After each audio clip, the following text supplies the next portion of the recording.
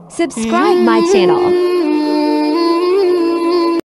यदहकू कलीलन वलियबकू कसीरा। अल्लाह अकबर। इरशाद फरमाया कि थोड़ा हंसा करो, ज्यादा रोया करो। सहाबा को हंसते हुए देखा तो आका करीम अलैहिस्सलाम ने फरमाया कि तुम्हारे तक अल्लाह की अमान नहीं पहुंची और तुम हंस रहे हो। अर्ज़ की हुजूर इसका कुफारा?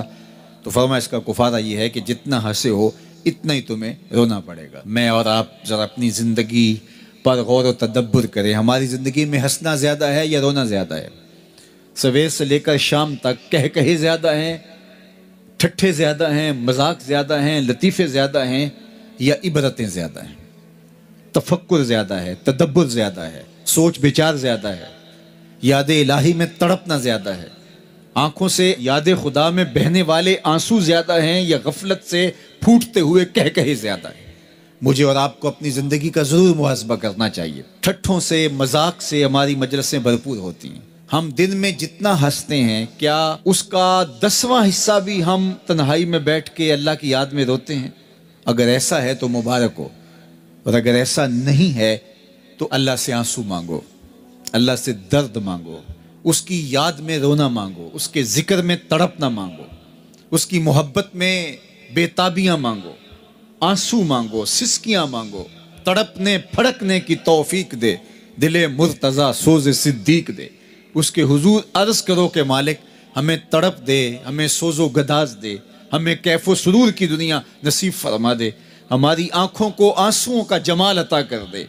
और अगर हमारी आंखों में आंसू नहीं हैं, हमारे पास कह कहे हैं, कहते हैं जो हंसता हुआ गुनाह करेगा वो रोता हुआ जहन्नुम में जाएगा, और जिसने यहाँ दुख सहे, तकलीफ़ें सही, आलाम सहे, उसके बदले में अल्लाह ताला उसको वहाँ राहतें अता फरमाएगा।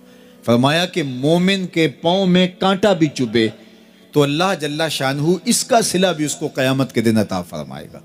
तो ये जो तफक्कुरात हैं, ये जो दुख आते हैं, ये जो तकलीफ़ें आती हैं, मसाइब आते हैं, मुश्किलात आती हैं, अज़ियतें हमें पहुँचती हैं, तो इस पर सब्र करना चाहिए और अल्लाह का शुक्र अदा करना चाहिए कि हम इन मसाइब से गुज़र रहे हैं, इन मुश्किलों से गुज़र रहे हैं।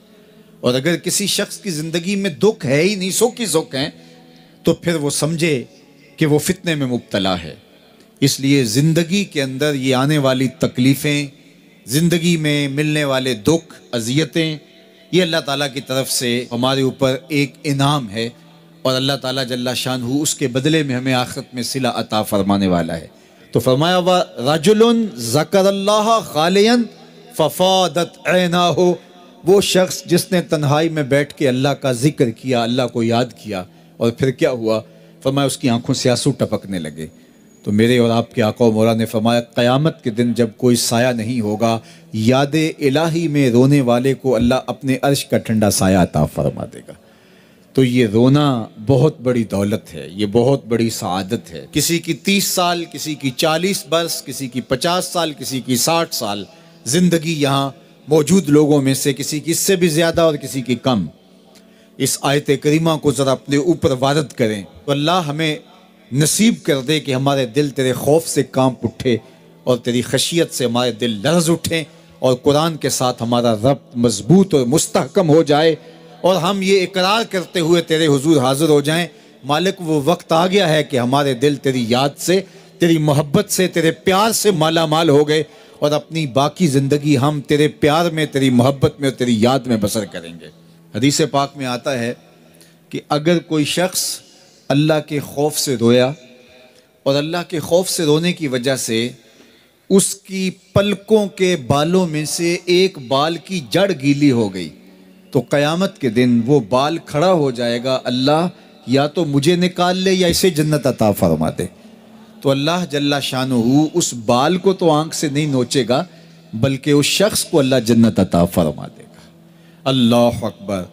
गुनाहगार की आंख का पानी अल्लाह के गुस्से की आग को ठंडा कर देता है, इसलिए हमें रोने का कहा गया।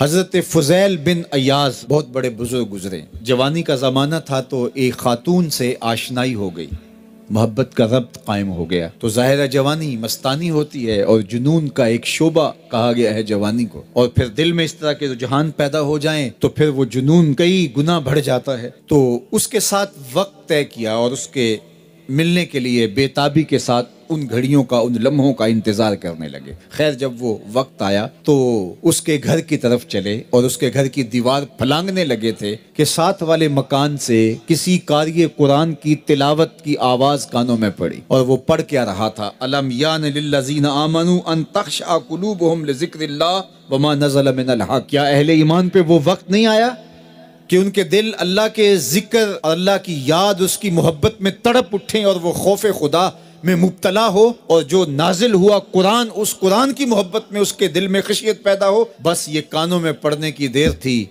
कि दोबारा गली में छलांग लगाई और कहा मेरे ऊपर वो वक्त आ गया है, और जंगलों को रोते हुए निकले। और हजरत फुज़ैल बिन अय्याज़ फिर वलियों के इमाम करार पाए।